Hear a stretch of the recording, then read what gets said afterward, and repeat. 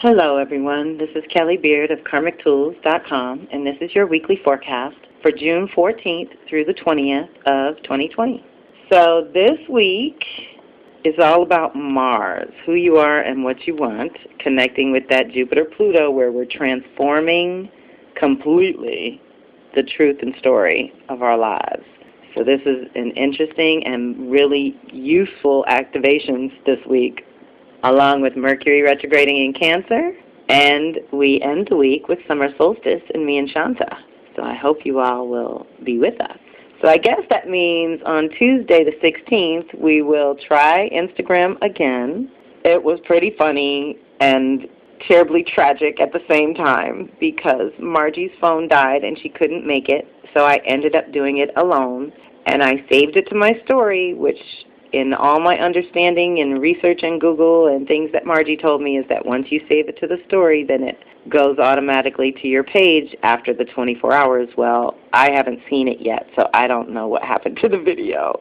So we're still struggling with replays, but we're going to give it another shot, y'all. So if you want to join us on Tuesday the 16th, 1 o'clock Pacific time, 4 o'clock Eastern. I'm also hearing from a lot of people that are still working through all kinds of crises that's the middle of their day. So I get it that we do really hope we can pull off a replay if possible. You know, we'll always try. But Mercury retrograding in Cancer on Wednesday the 17th, and we'll be backwards till July 12th, and enters Leo August 4th. So pretty much from now until the first week of August, which is also when Venus comes out of her zone. So I think we will have some ahas and some clarity that first week of August, but at that exact moment, Mars goes under. So it's still going to be restricted action. And at the same time, we've now had a renewal in our values and priorities and a renewal of our consciousness. And so going in for the renewal of choices and actions that Mars retrograde brings is not a bad idea. And in Aries, for you, the individual, knowing that you are a piece of the whole community. So Mercury in Cancer until August 4th is helping us process our emotions in a conscious way. Mercury is our conscious awareness, and in any water sign, it is activating your emotional intelligence. As always, it is good to slow down and process during a regular year, but 2020 has taken that to a whole new level. We have been given a golden opportunity to break to realign on multiple levels. Surely you are able to take advantage of at least one of them. During June-July, there are even more factors pointing toward an inward focus and radical self-care when and where possible. It is time to process and digest the year, which is a tall order, but here are a few things to consider. Sensitivity and boundaries are up for renewal, and moving sideways and backwards before going forward is completely natural. We need to feel things out before making any decisions or commitments. This year is not good for that, and Mercury retrograde keeps you focused on you, the individual, and how you are processing life at this time. I doubt any huge commitments will even be possible this year, but if you do have to do something important, then think with your feelings, do your due diligence and proper pre-planning, and then check, recheck, and double-check the details, and follow up on any communications to make sure they are going through as intended. Typical Mercury retro advice stands. Review, revise, go back over the ideas, thoughts, and concepts that have come up at a minimum over the last 3 months. What creative ideas are you working on? What thoughts are you nurturing and paying attention to? And as a complete sidebar, I also think this is the best time to commune with the ancestors. Or, if you haven't already, begin to cultivate a relationship with them so they can support you in these wild times. Thursday the 18th brings Mars sextiling Pluto first. So we have to transform who we are and what we want before we can live into the new truth and story, which we're still editing and developing and writing at this time. This is basically, though, when Mars and Pluto get together, it's lower will meets higher will within you. Mars is your inner masculine and therefore helps you take action and make choices according to who you are and what you want. Pluto will ensure that you come from the purest place within, soul level, which often entails a cleansing of the non-essential and overgrowth of the last cycle first. Luckily, this is not a hard or bad activation, but an opportunity to connect with what you really want at the deepest soul level, which will naturally lead to whatever is blocking that and its ultimate release. Keep in mind that those who are more out of touch with who they are and what they want tend to explode or implode when Mars and Pluto get together, even in a positive aspect like this one. This is a potent and thankfully positive mix of energy and power coming together. Direct it wisely on your own behalf. This activation is a great opportunity for substantial forward movement. However, nothing worthwhile comes without conscious effort and sacrifice. With Pluto involved, there is always a sacrifice. In this case, the sacrifice will likely be where your vision of the final outcome is concerned. Your desires can and will be fulfilled, but they just may not look like you thought they would. Remember, when it comes to quote-unquote wanting anything, stay in touch with the feeling that your desire brings rather than the physical appearance or manifestation or the channel it comes through. You always want to set your intentions, do the work, then allow Spirit to breathe life into the vision. Then, on the 20th, 2 days later, Mars will hook up with Jupiter, sextiling, which is an opportunity to gain some traction. This energy will help you figure out what your deepest desires and authentic truth really are for you. So that's good. Once we do a clearing or a purification with Pluto and strip that non-essential, get really present to who you are and what you want, then expanding with Jupiter gets much easier. If you are not sure, this expansion will illuminate the possibilities for you. This is a potent opportunity to take things to the next level.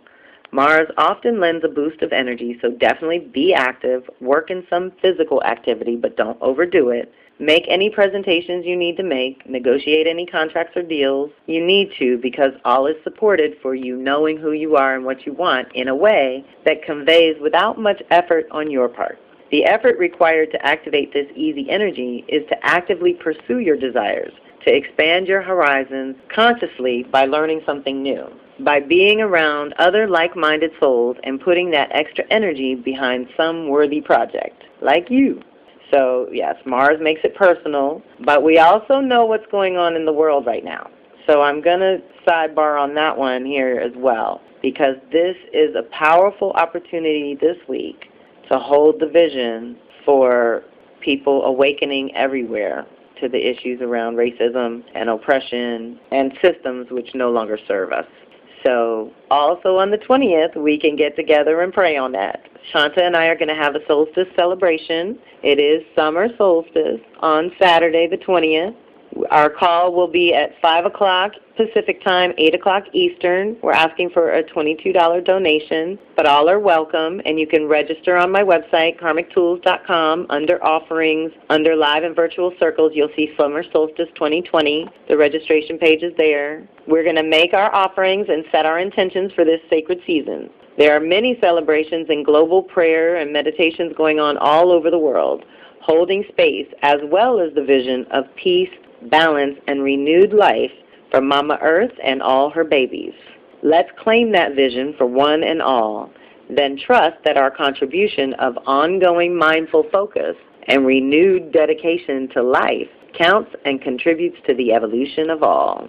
In this teleconference, we will radiate global intentions into the world for raising the consciousness of all humanity. You will also be guided into an inner experience of the archangels working to assist to integrate your soul's imperatives into your daily lives. This empowerment will provide a catalytic spark for the manifestation and fruition of your greatest dreams. Deep breath. So summer solstice is the season of fire and creativity and inspiration, and we need that right now. We need to activate our imaginations to come up with the creative solutions that will allow us to have the peace and harmony that's possible on this planet and among our people.